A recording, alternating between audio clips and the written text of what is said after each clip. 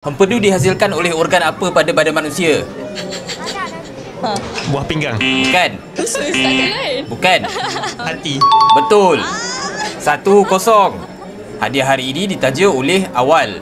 Apakah garisan yang membahagikan bulatan kepada dua bahagian yang sama? Garisan khatulistiwa. Bukan. Bentuk bulatan biasa. Diameter. Betul. 2-0. Alamak. Siapakah Perdana Menteri Malaysia yang ke-9? Ini Muhyiddin Yassin. Bukan. Ismail Sabri. Betul. 2-1. Apakah nama sebenar Batman? Apa nama suat? Bruce Wayne. Betul. Haiwan apakah yang mempunyai bilangan kaki terbanyak? Centipede. Bukan. Millipede. Betul. Wah. Apakah bunga kebangsaan rasmi Jepun? Sakura. Bukan. Bukan. Ni Chrysanthemum. Betul. Wah.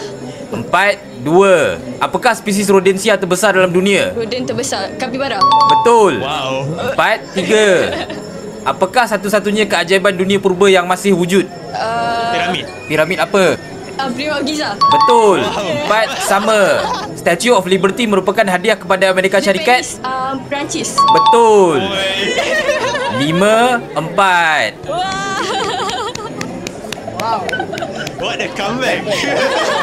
Peserta hari ini mendapat hadiah voucher RM2 dan sebuah buku yang ditaja oleh awal. Temui mereka di booth 703 Dewan Merdeka di PBA KL.